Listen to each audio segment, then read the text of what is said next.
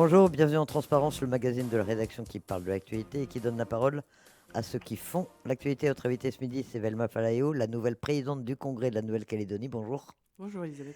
Merci d'avoir répondu à notre invitation au lendemain de votre élection qui fait véritablement l'actualité. Alors d'abord, comment allez-vous depuis hier?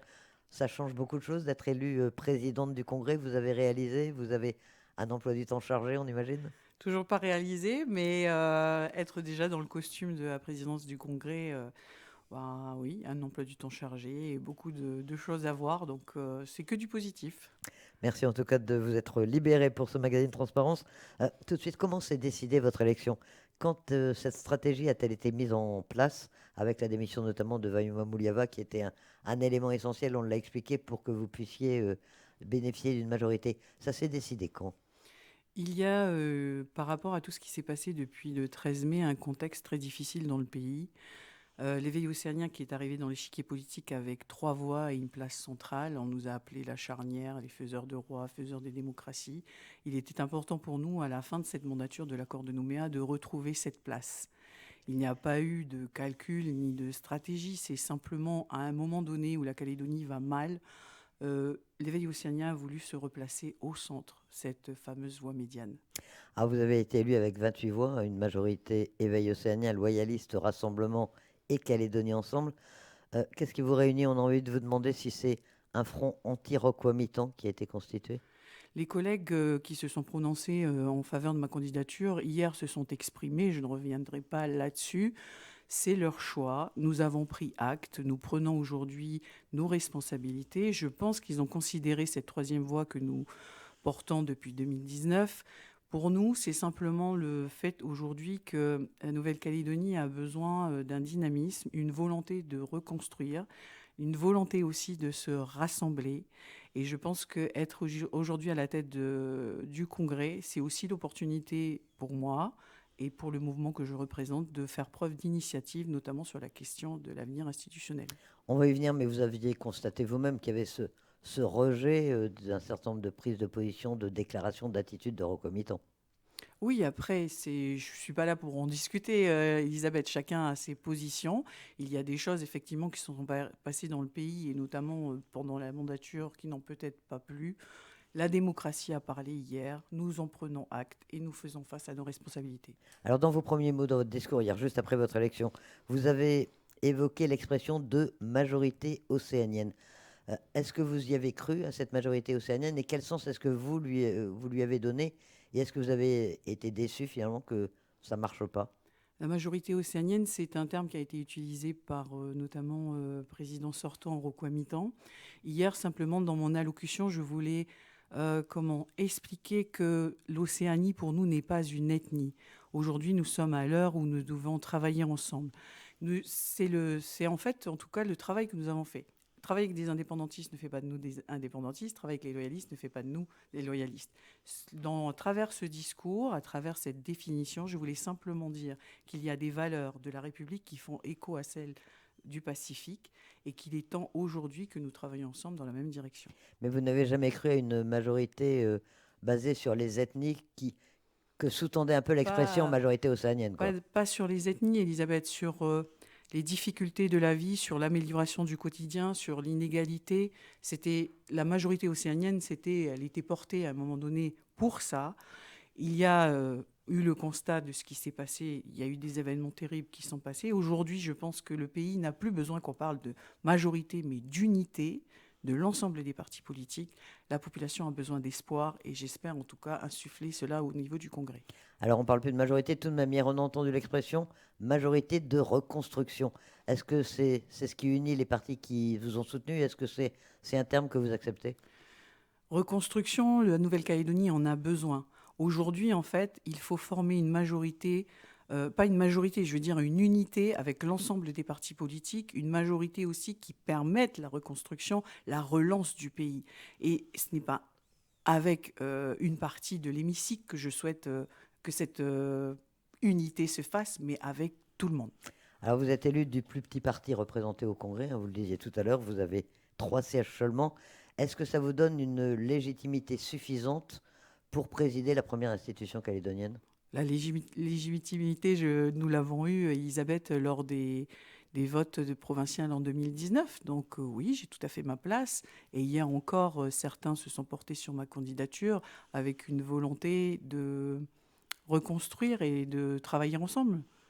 Mais alors tout de même, bah, là aussi, vous y faisiez allusion en ironisant d'ailleurs dans votre discours hier, hein, on vous a parlé, on vous a appelé parti charnière, opportuniste, girouette. Est-ce que vous ne donnez pas raison finalement à tous ces qualificatifs, puisque quelles que soient les circonstances depuis 2019, avec 3 sièges encore, vous arrivez à être toujours dans les majorités, voire au pouvoir avec cette présidence du Congrès? Oh, on nous a surnommé de beaucoup de choses, effectivement, oui, je l'ai dit en parlant de girouette. Je pense aujourd'hui qu'il est important de voir que nous avons simplement une volonté de faire avancer le pays. Et je pense que c'est le travail que nous menons depuis 2019 qui a été reconnu, notamment par les Calédoniens et par nos collègues. Et nous sommes toujours dans cette dynamique. C'est l'intérêt du pays avant tout. Avec les indépendantistes, vos relations ont été un peu compliquées. Vous avez siégé pendant un moment dans le groupe UCF-LNKS et nationaliste avant d'en partir.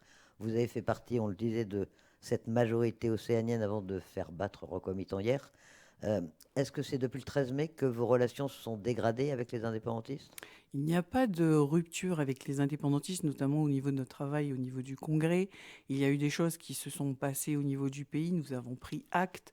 Vous savez, nous avons que Vous avez 5 ans condamné même. Vous d'expérience. n'avez pas pris acte seulement, vous Nous, avez condamné ce oui, qui se nous passait, hein. condamnons toutes sortes de violences, les exactions qui ont été les destructions, mais aussi toutes ces violences qui sont silencieuses et qu'on n'entend pas, les inégalités, le fossé qui sépare en fait aujourd'hui les Calédoniens. Ce que j'ai envie de vous dire, c'est simplement que aujourd'hui, il y a une réalité. La réalité, c'est que la Nouvelle-Calédonie est à terre. Les Calédoniens ont besoin d'espoir et qu'il faut maintenant nous revoir tous pour pouvoir en fait envisager l'avenir ensemble. Le mois dernier, en juillet, vous aviez publié une lettre ouverte et Pierre-Chanel Toutougouro, le président du groupe UCF-LNKS, y faisait allusion hier en disant qu'il y avait eu des alertes de votre part. Dans cette lettre, vous laissiez entendre que vous alliez prendre toutes vos responsabilités. C'était déjà une mise en garde à l'égard des indépendantistes? Dans cette lettre ouverte, nous avons simplement demandé au FNKS de prendre ses responsabilités de rétablir l'ordre dans le pays. Et effectivement, nous avons pris nos responsabilités hier en réintégrant notre voix médiane au sein de l'hémicycle du Congrès. Parce que vous avez l'impression qu'ils ne vous ont pas, que leur réponse n'a pas été à la hauteur ou qu'il n'y a pas eu de réponse, qu'ils ne vous ont pas entendu quand vous leur avez lancé cet avertissement? Je pense qu'ils nous ont entendus, mais ils ont probablement aussi des choses à voir entre eux. Je n'ai pas à commenter cela. Avec les partisans de la France aussi, les relations sont compliquées, puisque au tout début, en 2019, vous aviez contribué à voter pour eux. Ensuite, les choses se sont dégradées. Est-ce que depuis hier, ça va mieux? C'est la question. C'est la Ça va question. mieux, mais ça va mieux Bah, avec est-ce tout que le monde, Elisabeth, vous savez.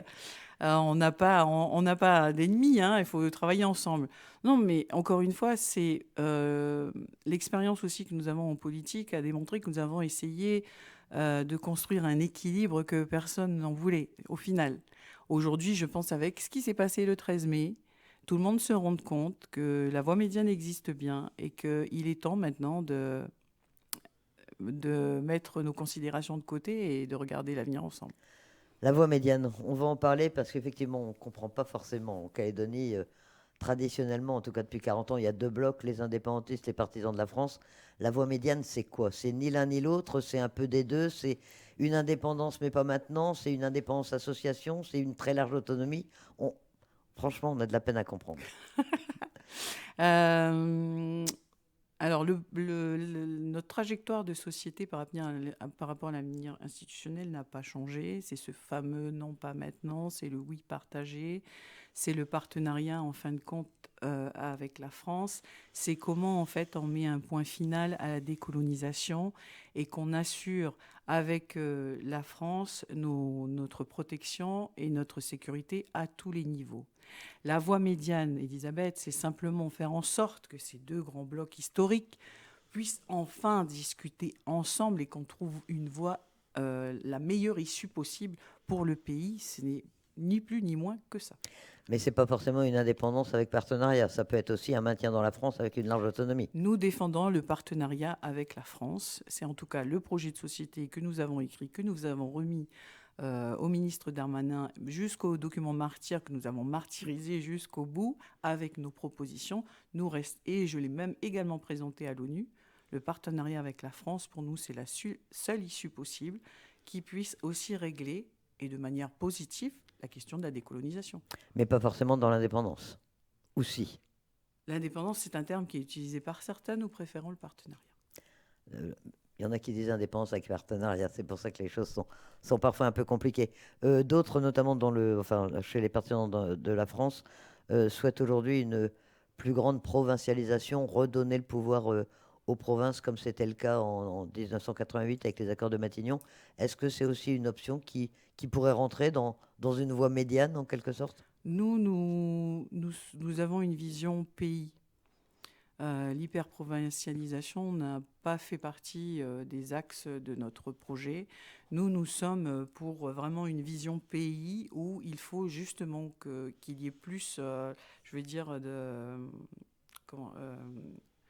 où la force, les décisions se prennent au niveau du pays et qu'on puisse ensuite en fin de compte, on ne veut pas vraiment de changement sur ce qui a été décidé. Mais par rapport à Là, 88, c'est le renforcement vraiment de la Nouvelle-Calédonie, mais la collectivité, pardon. ce qui avait ramené la paix en 1988, c'était bien cette création des provinces.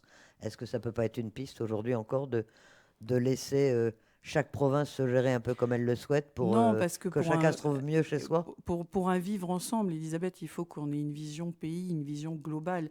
Le chacun pour soi, chacun dans son coin, ça ne fonctionnera pas. À un moment donné, je veux dire, on arrivera encore à des événements que nous ne souhaitons pas.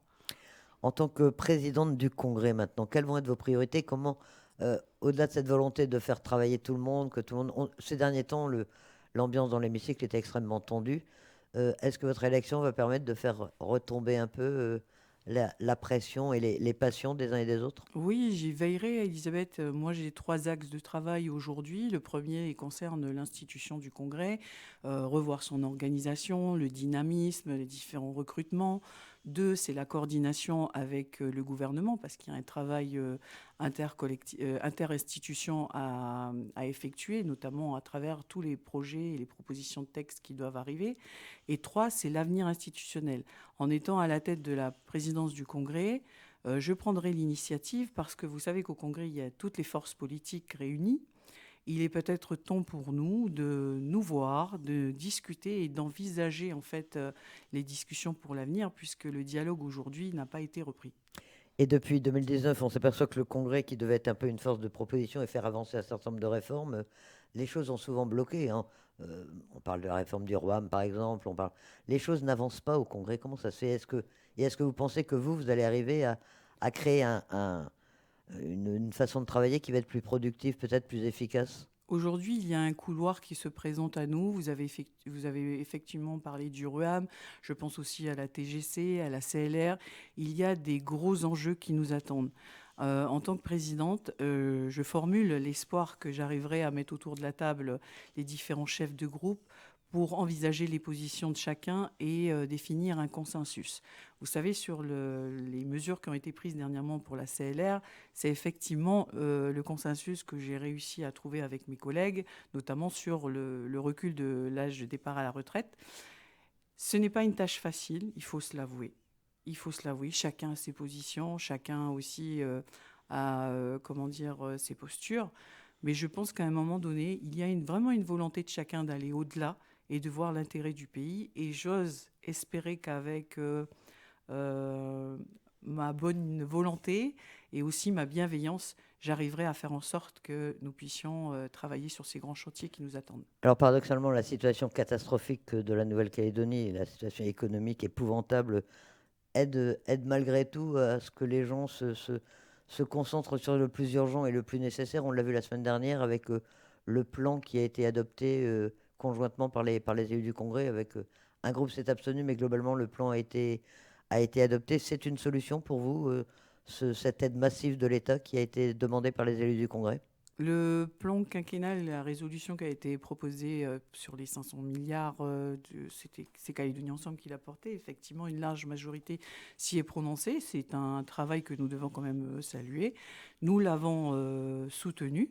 C'est une proposition qu'il ne faut pas en fait renier, hein. Nous avons besoin aujourd'hui, il faut se le dire, de l'aide de l'État pour pouvoir relever la situation du pays. Et il n'y a qu'une seule manière de le faire, c'est en étant, nous, les élus du Congrès, unis et porter justement ce message au niveau de l'État. Et en tout cas, pour les dossiers qui nous attendent, j'espère pouvoir poursuivre le travail dans cette voie-là. Avec le gouvernement de la Nouvelle-Calédonie, quelles sont les relations que vous envisagez? Il n'y a plus de représentants de l'éveil océanien maintenant en plus au gouvernement. Ça change Non, quelque chose? nous n'avons plus de représentants puisque M. Mouliava est revenu au Congrès. Il n'y a plus de majorité océanienne, elle n'existe plus, hein. Aujourd'hui, ce qui est important, c'est effectivement qu'on rétablisse il faut en fait une coordination entre le Congrès et le gouvernement. J'espère prochainement pouvoir rencontrer rapidement le président du gouvernement pour justement évoquer tous les différents dossiers qui nous attendent. Je formule l'espoir que tout se passe bien. Au Congrès, on ne l'a pas dit encore, vous êtes la première femme à accéder à ce poste de présidente du Congrès de la Nouvelle-Calédonie. On a remarqué aussi que dans le bureau, il y avait 11 femmes sur 13 membres du bureau. Ça tient à quoi et est-ce que finalement, c'est pas... Est-ce que vous ne devriez pas... on parle toujours de la parité, est-ce qu'elle ne doit pas être respectée là aussi? C'est une très bonne question. Je pense qu'aujourd'hui, mes collègues et moi, nous sommes beaucoup investis dans le travail parlementaire qui nous attend. C'est un signe positif pour la Nouvelle-Calédonie. Il y a des femmes avec de grandes responsabilités. On est là pour le pays et on souhaite faire en sorte qu'il faut le relever. Et les hommes ne l'ont pas trop mal pris d'être mis en minorité de façon Non, aussi ça va. flagrante? Je pense que ça va, c'est Vous n'avez pas accepté. encore eu de réflexion. Est-ce que vous croyez une reprise des discussions sur l'avenir? Vous disiez que c'était quand même l'une de vos priorités, l'un des axes en tout cas comme présidente du Congrès. Sur quoi ça doit porter? Est-ce qu'un accord global qu'on évoquait avant le 13 mai est encore possible aujourd'hui? Ou est-ce qu'il faut serrer les problèmes et aller au plus urgent? Je pense qu'il faut cerner les problèmes, aller au plus urgent, parce que là, la Calédonie est à terre, la situation financière et budgétaire est catastrophique. Effectivement, le président Emmanuel Macron avait envisagé une rencontre le mois prochain. Moi, je militerai, Elisabeth, pour que le président puisse venir, puisqu'il est extrêmement difficile aujourd'hui pour nous, les conseillers, de se déplacer à Paris, sauf si Paris prend en charge nos billets. Ce qui est sûr, c'est que l'initiative qui nous anime, c'est que nous puissions ne serait-ce que se voir entre différentes formations politiques et de faire le point. Je n'ai pas de boule de cristal pour vous dire s'il y a une solution qui est envisageable, mais à un moment donné, la situation de la Nouvelle-Calédonie est telle que nous la connaissons. Il faut au moins se mettre autour de la table, discuter, se comprendre et voir qu'est-ce qu'il est possible de faire. Avec les tensions quand même qui existent, on ne va pas se le cacher depuis le 13 mai, même si vous espérez pouvoir réunir tout le monde, avec les tensions qui peuvent exister avec notamment l'Union calédonienne, vous pensez que tous les élus vont pouvoir se réunir autour d'une table et discuter de l'avenir sereinement? On peut, quand on a, enfin, je veux dire, quand on a de la bonne volonté et qu'on y croit, c'est possible. Et en tout cas, c'est ce que je pense. Est-ce que vous pensez qu'il faut maintenir les élections provinciales avant la fin de l'année, avant le 15 décembre? C'est ce qui est prévu pour l'instant. Le président de la République a laissé entendre qu'elles pourraient être reportées. Vous, votre position, vous croyez qu'il va falloir les faire impérativement avant la fin de l'année ou il faut se donner une respiration plus longue? Tout dépend de ce qu'on veut faire, Elisabeth, et tout dépend aussi est-ce qu'à un moment donné, comme à la France, on veut une clarification par rapport à la situation. Nous espérons effectivement qu'il y ait que ces élections, parce qu'en fait, elles doivent se tenir au plus tard en fin d'année, qu'aujourd'hui, il est important qu'on clarifie tout ça au niveau des différents représentants. Mais encore une fois, nous verrons bien ce qui sera décidé. Auquel cas, vous auriez un mandat à la présidence du Congrès de 3 mois, sauf si vous êtes réélu après. Mais Oui, tout à fait. Je l'ai dit hier, c'est peut-être un mandat que de 3 mois, mais je ferai de mon mieux, en tout cas, pour l'honorer. Et sinon, on joue les prolongations de l'accord de Nouméa avec une mandature à rallonge. Pourquoi pas? Pourquoi pas? On verra On ça plus verra tard. bien. Par rapport à ce que faisait votre prédécesseur Rocco Mitton, on sait qu'il était très ouvert aux relations avec les autres parlements de la région notamment. Et puis il y a ce fameux mémorandum avec l'Azerbaïdjan. On en est où? Est-ce que c'est un document qui a une valeur? Et le cas échéant, est-ce que vous allez le résilier?